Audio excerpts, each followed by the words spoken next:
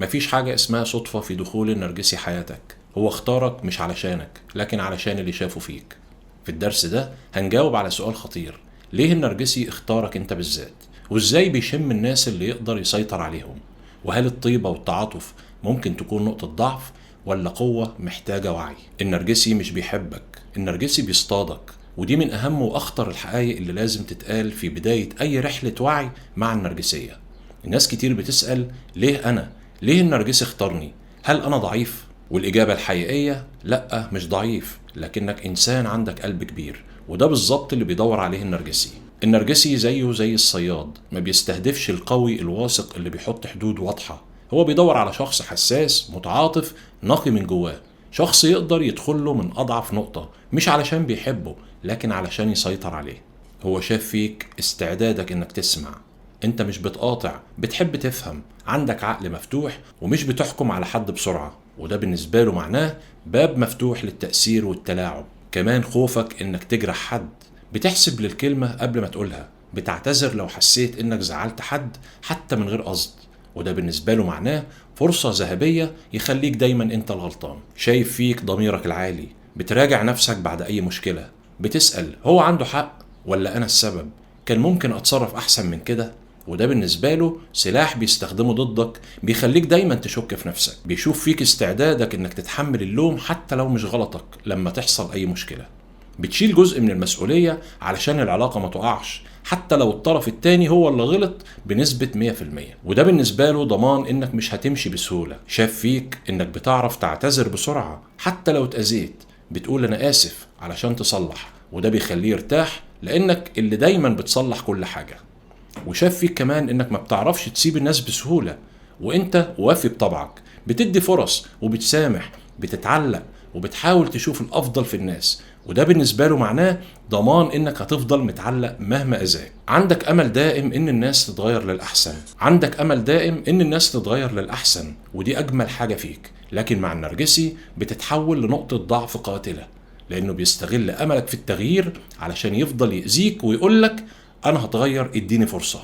لازم تبقى فاهم ان النرجسي مش اختارك علشان ضعيف، هو اختارك علشان انت طيب متعاطف وعندك قلب كبير، وده مش عيب فيك، لكن لازم تتعلم تحمي قلبك ده وتحط حد واضح ما بين التعاطف وما بين الاستغلال. وده بيودينا للصفات اللي بيحبها النرجسي في ضحيته، ودي بالظبط الصفات اللي النرجسي بيحسها فيك من اول لقاء. صفات جميلة في ظاهرها، لكن لو ما كانتش متوازنة بتتحول لبوابة مفتوحة للتلاعب والأذى. وأول صفة وهي التعاطف الزايد.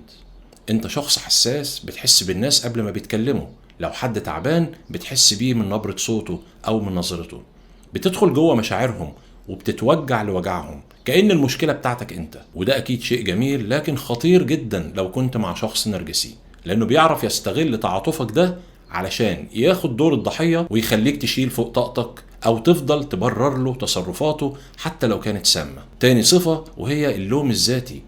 أول لما بيحصل خلاف، بدل ما بتشوف مين فعلا غلطان بتروح تلقائيا تلوم نفسك: أنا السبب، أكيد كنت قاسي شوية، هو أكيد اتضايق علشاني مش علشان هو غلط. المشكلة هنا إنك بتبرأ اللي قدامك حتى لو أذاك بوضوح، وده بيخليك ضحية سهلة جدا للنرجسي اللي دايما محتاج حد يشيل الغلط بداله. صفة كمان النرجسي بيحتاجها وبيدور عليها في الضحية وهي حب الإصلاح. عندك دايما أمل وبتقول: هو أكيد مش وحش، ولكن هو عنده جروح، أنا لو حبيته كفاية ممكن يتغير.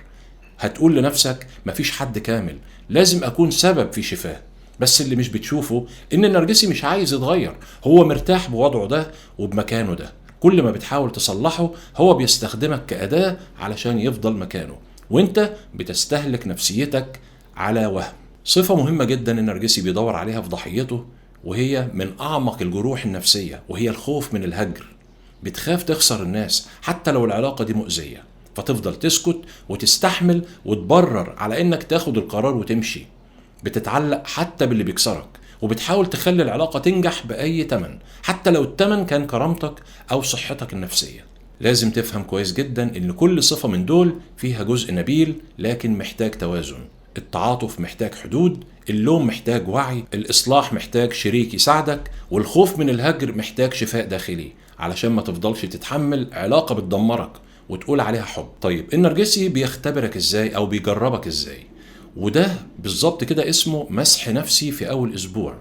ايوه، النرجسي بيعمل لك مسح نفسي من اول يوم. مش هتلاحظ ده طبعا لانه بيبان لطيف ومهتم وعايز يعرفك اكتر، لكن الحقيقة هو بيختبرك او بيجربك، بيشوف حدودك فين واستعدادك تتحمل لحد فين.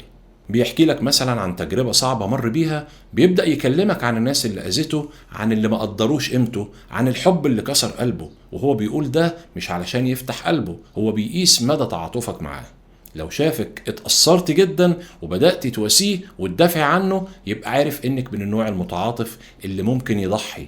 بيغلط غلطة بسيطة ويشوف هتسامح ولا هتواجه، زي مثلا نسى ميعاد او قال كلمة جارحة او اتصرف بأنانية معاكي، بس بعدين بيعتذر اعتذار بسيط جدا ويشوفك هتعدي الموضوع ولا هتقفي تواجهيه. ولو سكتي هيعرف انك هتسكتي على اي حاجة بعد كده. بيبدأ يعمل لك تجاهل مفاجئ، بعد ما كان كل يوم بيتكلم معاك بيبعد فجأة يومين 3 ومن غير تفسير.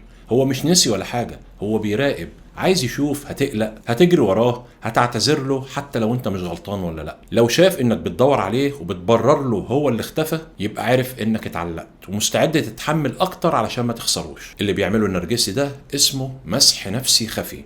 مش بس بيقيس مشاعرك، بيشوف نقاط ضعفك، بيفهم ازاي يتحكم فيكي، وبيجهز خطة التلاعب من بدري جدا. وكل ده بيبان على انه حب واهتمام وفضفضة، لكن الحقيقة ده فخ بيبدأ بالعاطفة وبيكمل بالسيطرة. خلي بالك ان الطيبة بدون حدود بتخليك تتساهل في حقوقك. لما بتكون طيب بطبعك وبتسامح بسرعة وبتحب تشوف الناس مبسوطة، بتبدأ تتنازل شوية ثم شوية كمان، وفجأة تلاقي نفسك بتتظلم وبتسكت علشان تحافظ على العلاقة. لكن المشكلة ان النرجسي بيشوف ده ضعف مش طيبة، فبيبدأ يضغط على حدودك اكتر وياخد منك اكتر لحد ما تنسى انك كنت تستحق احترام ومعاملة بالعدل. التسامح المبالغ فيه بيخلي الشخص المؤذي يطمع فيك اكتر. النرجسي بيغلط وانت بتسامح بسرعة من غير ما تحطه عند حده. ده بيديله رسالة واضحة، أنا ممكن أعمل اللي أنا عايزه وهترجع لي برضه. وكل ما تغفر بسهولة من غير شروط أو حدود، بيفقد احترامه ليك وبيبدأ يشوفك كأنك شخص سهل السيطرة عليه. لما بيكون كل تركيزك على إنك ترضي الطرف التاني وتتجنب الزعل وتحافظ على الجو وتضحي علشان ما تخسروش، أنت حرفيا بتفقد اتصالك بنفسك. بتبطل تسأل نفسك أنا مرتاح أو أنا مبسوط أو أنا عايز أكمل. والنرجسي بيستغل ده علشان يمشيك على مزاجه من غير ما تحس. النرجسي بيعرف يديك لقطات حلوة وكلام حنين ووعد بالتغيير. كل شوية يرميلك فتات حب وانت تتشبث بيه وتقول أكيد هيتغير، أكيد دي كانت غلطة. بس الحقيقة إن اللي بيتغير فعلا هو انت اللي بتفقد طاقتك وكبريائك وثقتك بنفسك، وهو بيثبت اكتر في دوره وبيعرف انك مش هتمشي. النرجسي بيعرف يلعب على ده كله، بيشوف الطيبة ويدوس عليها، بيشوف التسامح وبيكرر الاذى، بيشوف السعي لرضاه فبيتمادى اكتر، بيشوف الامل فبيغذي الوهم اكتر، وفي الاخر بيحول حبك لسلاح ضدك. بيبقى عارف انك بتحبه فبيستغل ده علشان يتحكم فيك وتفضل انت جوه علاقة بتستنزفك. لازم تعرف ان الحب لو من غير وعي وحدود بيتحول لفخ، والمشاعر الطيبة لو ما توازنتش بالعقل بتتحول لأدوات في إيد شخص مؤذي. مش معنى إن النرجسي اختارك إنك ضعيف. كتير من الناس بتجلد نفسها بعد ما بتخرج من علاقة نرجسية وتبدأ تفكر هو أنا كنت غبي؟ إزاي وقعت في فخه؟ ده أنا لازم أكون ضعيف علشان يستغلني بالشكل ده. لكن الحقيقة هو اختارك مش علشان ضعيف، لكن علشان قوي بطريقته، لأنك متعاطف، لأنك صادق، لأنك بتحاول تفهم، لأنك شخص عنده قلب كبير وضمير صاحي. وده النوع اللي بيجذب النرجسيين، مش علشان يقدروه لكن علشان يسيطروا عليه. لكن ده معناه إنك محتاج تتعلم مش تعاقب نفسك.